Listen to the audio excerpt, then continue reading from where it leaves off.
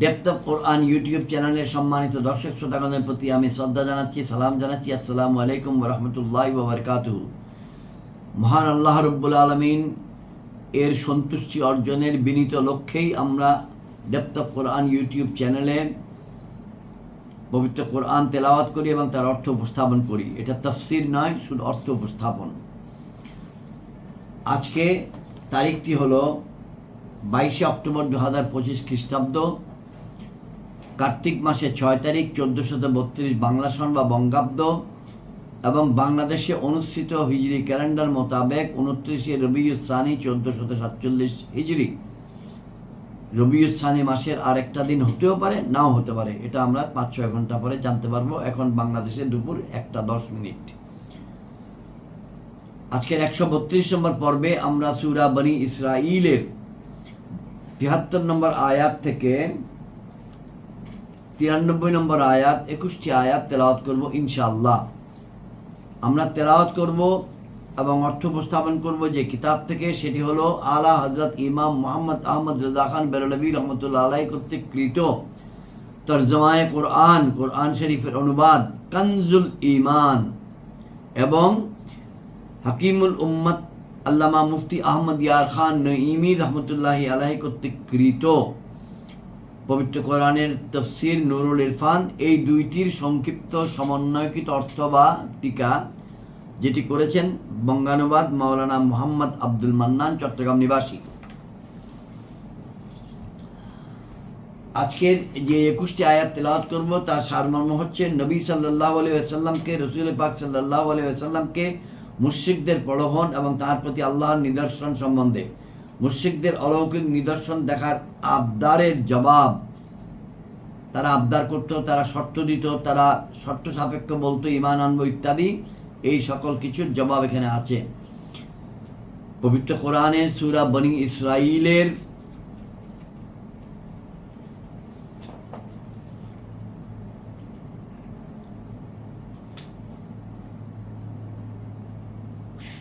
একটা অংশ বা একটা গুরুত্বপূর্ণ বৈশিষ্ট্য, এই সূরায় বনী ইসরাঈলকে লক্ষ্য করে আল্লাহ বলেছেন, তোমরা অবাধ্যতার পুনরাবৃত্তি করলে আমিও শাস্তির পুনরাবৃত্তি করব। আমি জাহান্নামকে চরম অবাধ্য লোকদের জন্য কারাগার বানিয়ে রেখেছি।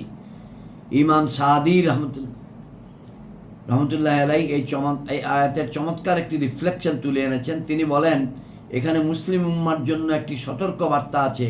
তারা যদি লাগাতার গুনাহে জড়ায়, তবে বনী ইসরাঈলের মতো তাদেরকেও একই পরিণতি ভোগ করতে হবে।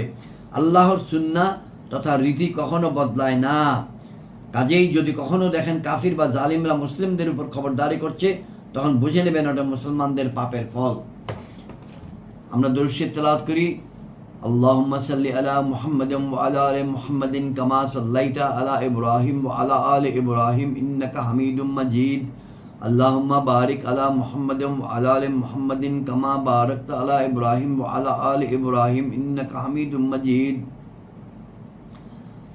আউযু বিল্লাহি মিনাশ শাইতানির রাজিম। বিসমিল্লাহির রহমানির রহিম। ওয়া ইন কাদু লায়াফতিনুনাকা আনিল্লাযী আওহাইনা ইলাইকা লিতাফতারিআ আলাইনা গায়রাহু ওয়া ইযাল্লাত্তাখাযুকা খালীলা ওয়ালাউলা আন সাব্বাতনাকা লাকাদ কিত্তা তারকানু ইলাইহিম শাইআন কলীলা ইযাল্লা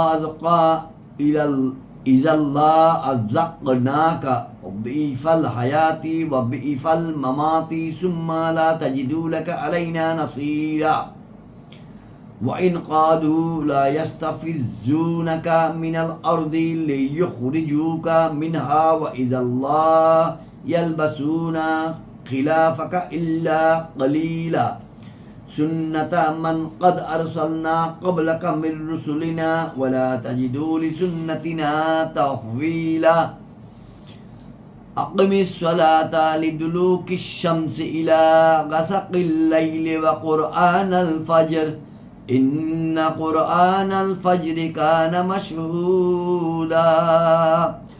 আকিমিস সালাতা লিদুলুকিশ শামসি ইলা গাসাকিল লাইলি ওয়া কুরআনাল ফাজর ইন্না কুরআনাল ফাজরি কানা মাশহুদা ওয়া মিনাল লাইলি ফাতাহাজ্জাদ বিহি নাফিলাতাল লাক আসা আন ইয়াবআসাকা রাব্বুকা মাকামাম মাহমুদা وقل ربي أدخلني مدخل صدق وأخرجني مخرج صدق واجعل لي من لدنك سلطانا نصيرا وقل جاء الحق زهق الباطل إن الباطل كان زهوقا وننزل من القرآن ما هو شفاء ورحمة للمؤمنين ولا يزيد الظالمين إلا خسارا وإذا أنعمنا على الإنسان أرضا ونأى بجانبه وإذا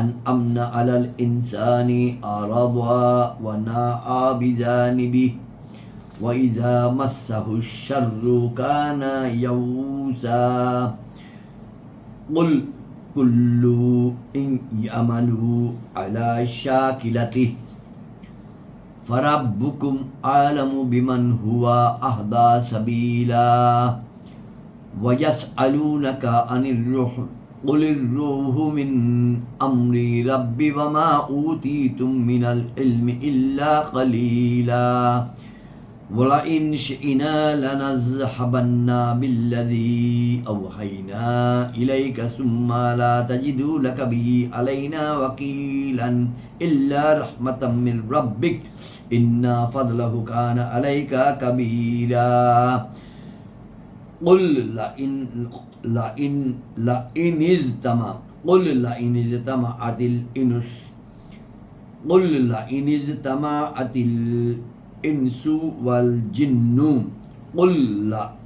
اجتمعت الإنس والجن على أن يأتوا بسم الله هذا القرآن قل لئن اجتمعت الإنس والجن على أن يأتوا بمثل هذا القرآن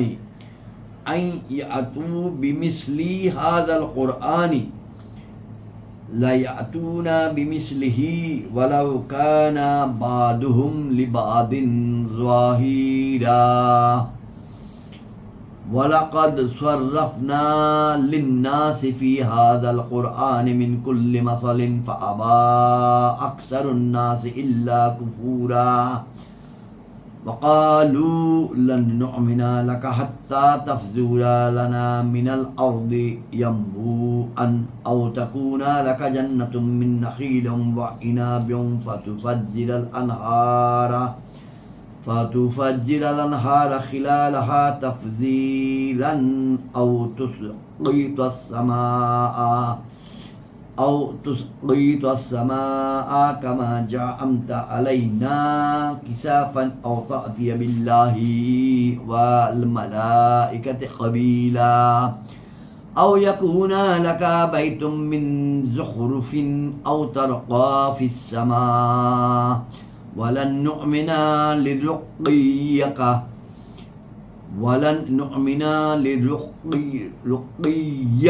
حتى تنزل علينا كتابا نقرأه قل سبحان ربي هل كنت إلا بشرا رسولا صدق الله العظيم وصدق رسوله النبي الكريم এখন অর্থ উপস্থাপন করছি অনেকগুলো গুরুত্বপূর্ণ আয়াত কথা এই তেলাওয়াতের মধ্যে ছিল। আয়াত নম্বর ৭৩-এর অর্থ দিয়ে শুরু করছি। পবিত্র কোরআনের ১৭ নম্বর সূরা বনী ইসরাইল। আর তারা তো নিকটবর্তী ছিল আপনার পদস্থলন ঘটানোর জন্য আমার ওই ওহী থেকে যা আমি আপনার প্রতি প্রেরণ করেছি, যাতে আপনি আমার প্রতি অন্য কিছুর সম্বন্ধ করে দেন। আর যদি এমন হতো তাহলে তারা আপনাকে ঘনিষ্ঠ বন্ধু করে নিত। এটার টিকাটা পড়তেই হবে।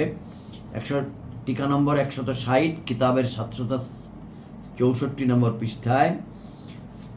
বনি সাকিফ এর একটি প্রতিনিধি দল হুজুর সাল্লাল্লাহু আলাইহি ওয়াসাল্লামের দরবারে হাজির হয়ে বলতে লাগলো, কোট, যদি আপনি আমাদের 3টি দরখাস্ত মঞ্জুর করে দেন তবে আমরা আপনার পবিত্র হাতে বায়াত গ্রহণ করব। প্রথমত, আমরা নামাজে ঝুঁকবো না, অর্থাৎ রুকু সাজদা করব না। দ্বিতীয়, আমরা আমাদের বোধগুলো অর্থাৎ তাদের মূর্তিগুলো পূজা করব না, তবে বছরে একবার সেগুলোর জন্য নিবেদিত উপঢৌকন ও নজরানাগুলো উসুল করে নেব। এবং তৃতীয়ত, আমাদের বোধগুলোকে অর্থাৎ আমাদের মূর্তিগুলোকে আমাদের নিজেদের হাতে ভাঙব না। সাকিব আরও বলতে লাগলো, আপনি আমাদেরকে এমন একটা বিশেষ মর্যাদা দান করুন যা অন্য কাউকে দান করা হয়নি। আর যদি কোনো আরব এর কারণ জিজ্ঞাসা করে তবে বলুন যে আল্লাহর হুকুম এইরূপ। উদ্ধৃতি শেষ। রাসূল পাক সাল্লাল্লাহু আলাইহি ওয়াসাল্লাম তাদের এইসব দাবি নামঞ্জুর করে দিলেন। এই প্রসঙ্গে এই আয়াত শরীফ যেটি তেলাওয়াত করলাম অবতীর্ণ হয়েছে, যাতে হুজুরের দৃঢ়তা ও স্থিরতার প্রশংসা করা হয়েছে। বোঝা গেল যে হুজুর সাল্লাল্লাহু আলাইহি ওয়াসাল্লামকে মহান রব সৃষ্টিগতভাবেই দৃঢ়তা দান করেছেন। আয়াত ৭৪। এবং যদি আমি আপনাকে অবিচলিত না রাখতাম তবে এই কথা নিকটবর্তী ছিল যে আপনি তাদের প্রতি সামান্য কিছু ঝুঁকে পড়তেন। আয়াত ৭৫। আর এমন হলে আমি আপনাকে দ্বিগুণ বয়স এবং দ্বিগুণ মৃত্যুর স্বাদ প্রদান করতাম, অতঃপর আপনি আমার বিরুদ্ধে আপন কোনো সাহায্যকারী পেতেন না। এই টিকা হচ্ছে এই আয়াতে এমনি যেমন মহান রবের ফরমান, যদি মহান যেমন অন্যত্র আছে সূরা ৪৩ নম্বর সূরা আয়াত ৮১-তে আছে যে যদি মহান রবের পুত্র থাকতো তবে সর্বপ্রথম আমি তার ইবাদত করতাম।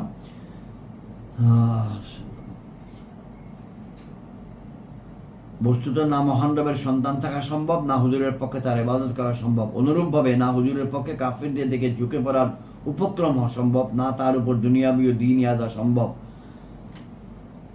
এটা আমাদের জন্য সতর্কবাণী। ৭৬। আর নিশ্চয়ই নিকটবর্তী ছিল যে তারা আপনাকে এই ভূমি থেকে উৎখাত করবে, আপনাকে তা থেকে বের করে দেওয়ার জন্য, এবং এমন হলে তারা আপনার পরে টিকে থাকতো না অল্পকাল ব্যতীত, এক্সেপ্ট শর্ট টাইম। আয়াত ৭৭। নিয়ম তাদেরই যাদেরকে আমি আপনার পূর্বে রসুল রূপে প্রেরণ করেছি, এবং আপনি আমার কানুনকে পরিবর্তনশীল পাবেন না।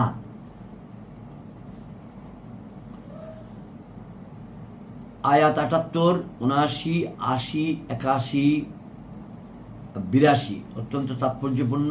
আমি ধীরে ধীরে পড়ছি।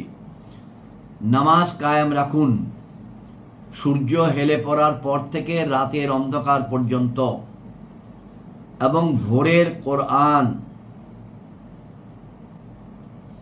নিঃসন্দেহে ভোরের কোরআনের মধ্যে ফেরেশতাগণ হাজির হয়। আয়াত ৭৯। এবং রাতের কিছু অংশে তাহাজ্জুদ কায়েম করুন। হুজুদ শব্দের অর্থ নিদ্রা, তাহাজ্জুদ শব্দের অর্থ নিদ্রা ছেড়ে দেওয়া। এটা খাস আপনার জন্য অতিরিক্ত। এ কথা নিকটে যে আপনাকে আপনার রব এমন স্থানে দণ্ডায়মান করবেন যেখানে সবাই আপনার প্রশংসা করবে। ৮০। এবং এইভাবে আরজ করুন, হে আমার রব, আমাকে সত্যভাবে প্রবেশ করাও এবং সত্যভাবে বাইরে নিয়ে যাও, আর আমাকে তোমার নিকট থেকে সাহায্যকারী বিজয় শক্তি দাও। আমিন। ওয়াকুল রাব্বি, বলুন, রাব্বি আদখিলনি মুদখালা সিদকিয়ুম ওয়া আখরিজনি মুখরাজা সিদকিয়ুম ওয়াজআললি মিন লাদুনকা সুলতানান নাসীরা। আয়াত ৮১। এবং বলুন, সত্য এসেছে এবং মিথ্যা বিলুপ্ত হয়েছে, নিশ্চয়ই মিথ্যা তো বিলুপ্ত হবারই ছিল। ওয়াকুল জাআল হাক্কু যাহাকাল বাতিল ইন্নাল বাতিলা কানা যাহুকা। আয়াত ৮২। এবং আমি কোরআনের মধ্যে অবতীর্ণ করি ওই বস্তু যা ঈমানদারদের জন্য আরোগ্য। ওয়া নুনাজ্জিলু মিনাল কোরআনি মা হুয়া শিফাউন, পবিত্র কোরআন আরোগ্যকারী ও ঈমানদারদের জন্য আরোগ্য ও রহমত, এবং এই থেকে জালিমদের ক্ষতি বৃদ্ধি পায়। ৮৩। আর যখন আমি মানুষের প্রতি অনুগ্রহ করি তখন মুখ ফিরিয়ে নেয় এবং নিজের দিকে দূরে সরে যায়, আর যখন তাকে অকল্যাণ স্পর্শ করে তখন হতাশ হয়ে পড়ে। ৮৪। আপনি বলুন, প্রত্যেকে আপন প্রকৃতি অনুযায়ী কাজ করে, সুতরাং তোমাদের রব ভালোভাবে অবহিত আছেন কে অধিক সরল পথে আছে। এবং আপনাকে রূহ সম্পর্কে প্রশ্ন করে, আপনি বলুন, রূহ আমার রবের আদেশ থেকে একটা বস্তু, আর তোমাদেরকে সামান্যই জ্ঞানই দেওয়া হয়েছে, আর তোমাদেরকে সামান্য জ্ঞানই দেওয়া হয়েছে। এবং আমি ইচ্ছা করলে এই ওহী যা আপনার প্রতি করেছি তা প্রত্যাহার করে নিতাম, অথবা আপনি এমন কাউকে পেতেন না যে আপনার পক্ষে আমার সম্মুখে এর উপর ওকালতি করত। কিন্তু আপনার রবের রহমত ইল্লা রহমাতান মিন রব্বিকা, কিন্তু আপনার রবের রহমত নিশ্চয়ই আপনার উপর তার মহা অনুগ্রহ রয়েছে। মহান আল্লাহ তাআলা বলছেন, আল্লাহ রাব্বুল আলামিন বলছেন আপন প্রিয়তম বন্ধুকে, কিন্তু আপনার রবের রহমত নিশ্চয়ই আপনার উপর তার মহা অনুগ্রহ রয়েছে। আপনি বলুন, যদি মানুষ ও জিন সবাই এই কথার উপর একমত হয়ে যায় যে এই কোরআনের অনুরূপ আনয়ন করবে, তবে এর অনুরূপ আনয়ন করতে পারবে না, যদিও লিবাবিন জাহিরা, তারা একে অপরের সাহায্যকারী হয়। এবং নিশ্চয়ই আমি মানুষের জন্য কোরআনের মধ্যে প্রত্যেক প্রকারের উপমা বিভিন্নভাবে বর্ণনা করেছি, অতঃপর অধিকাংশ মানুষ অকৃতজ্ঞতা প্রকাশ করা ছাড়া অন্য কিছু মানল না এবং বলল, আমরা আপনার উপর কখনো ঈমান আনব না যতক্ষণ পর্যন্ত আপনি আমাদের জন্য ভূমি হতে কোনো প্রশ্রবণ উৎসারিত করবেন না। কুরাইশ বংশীয় নেতৃবৃন্দ যখন কোরআনের সাথে, এটা টিকা নম্বর 189 পৃষ্ঠা 769, কুরাইশ বংশীয় নেতৃবৃন্দ যখন কোরআনের সাথে প্রতিদ্বন্দ্বিতা করতে অপারগ হলো, তখন তারা কাবা মুআজ্জামার পাশে সমবেত হলো, আর সেখানে হুজুর সাল্লাল্লাহু আলাইহি ওয়াসাল্লামকে তাশরীফ আনার জন্য আহ্বান জানালো এবং বলল, কোড, আমরা আজ আপনাকে চূড়ান্ত মীমাংসার কথা জানিয়ে দেওয়ার জন্য আহ্বান করেছি। আপনি যদি চান তবে আমরা রাজ্য, ধন দৌলত, সুন্দরী স্ত্রী ও বাদশাহী আপনাকে দেব। যদি আপনার মধ্যে কোনো মানসিক ব্যাধি থাকে তাহলে আমরা চিকিৎসা করিয়ে দেব, ব্যয়ভার আমরা বহন করব। হুজুর সাল্লাল্লাহু আলাইহি ওয়াসাল্লাম এর জবাবে ইরশাদ ফরমালেন, সেগুলো কিছুই নয়, শুধু তোমরা আল্লাহকে এক ও আমাকে তার সাচ্চা রসুল বলে মেনে নাও, তাতেই তোমাদের মঙ্গল রয়েছে, নতুবা আমি তোমাদের নির্যাতনগুলোর উপর ধৈর্য ধারণ করব আর মহান রবের ফয়সালার অপেক্ষায় থাকব। তখন তারা বলল, কোট, আচ্ছা, যদি আপনি সত্য রসুল হন তাহলে মক্কা মুআজ্জামার 4টা নহর প্রবাহিত করুন, মক্কা ভূমিকে পাহাড় মুক্ত করে দিন, আমাদের বাপদাদাকে জীবিত করে দিন, যাতে তারা এসে আপনার পক্ষে সাক্ষ্য দেয়, নতুবা আপনার পক্ষে সাক্ষ্য দেওয়ার জন্য কোনো ফেরেশতা নামিয়ে আনুন, অথবা কমপক্ষে আপনার নিকট ভালো ভালো বাগান ও সোনার উপর ভাণ্ডার তো থাকাই চাই। উমাইয়া বলল, কোট, আমি আপনার উপর তখনই ঈমান আনবো যখন আপনি সিঁড়ি লাগিয়ে আসমানের উপর চলে যাবেন আর সেখান থেকে এমন কিতাব নিয়ে আসবেন যা আমরাও পড়ব। তাদের এই জবাব ও খণ্ডনে এই আয়াত শরীফ অবতীর্ণ হয়েছে। বোঝা গেল যে মোকাবেলার জন্য মুজিজা তালাশ করা কাফিরদের প্রথা, তবে ঈমান আনার জন্য চাওয়া দুরুস্ত আছে। এরকমভাবে তারা আরও প্রস্তাব দিয়েছিল, একটু আগে আরেকটি বলেছিলাম। সেই জন্য আল্লাহ রাব্বুল আলামিন দয়াল নবী সাল্লাল্লাহু আলাইহি ওয়াসাল্লামকে সব কিছু জানিয়ে দিয়েছেন। আমরা 91, অথবা আপনার জন্য খেজুর আঙ্গুরের কোনো বাগান হবে, অথবা সেটার মধ্যে চলমান নদী নালা প্রবাহিত করবেন, অথবা আপনি আমাদের উপর আসমানকে খণ্ড বিখণ্ড করে পতন ঘটান যেমন আপনি বলেছেন, অথবা আল্লাহ ও ফেরেশতাদেরকে জামিন হিসাবে নিয়ে আসুন। 93 নম্বর আয়াত, আজকের আলোচনার শেষ আয়াত। অথবা আপনার জন্য একটা স্বর্ণ নির্মিত ঘর হবে, অথবা আপনি আকাশে আরোহণ করবেন এবং আমরা আপনার আরোহণের উপর কখনো ঈমান আনব না যতক্ষণ পর্যন্ত আমাদের উপর একটা কিতাব অবতীর্ণ করবেন না যা আমরা পাঠ করব। আল্লাহ রাব্বুল আলামিন এই পর্যায়ে দয়াল নবী সাল্লাল্লাহু আলাইহি ওয়াসাল্লামকে বলে দিচ্ছেন, আপনি বলুন, পবিত্রতা আমার রবের জন্য, আমি কে হই কিন্তু মানুষ, আল্লাহরই প্রেরিত। বলুন, সুবহানা রাব্বি হাল কুনতু ইল্লা বাশারার রাসূলা। বলুন, সুবহানা রাব্বি হাল কুনতু ইল্লা বাশারার রাসূলা। আজকের আলোচনা এখানে শেষ। আসসালামু আলাইকুম ওয়া রাহমাতুল্লাহি ওয়া বারাকাতুহু।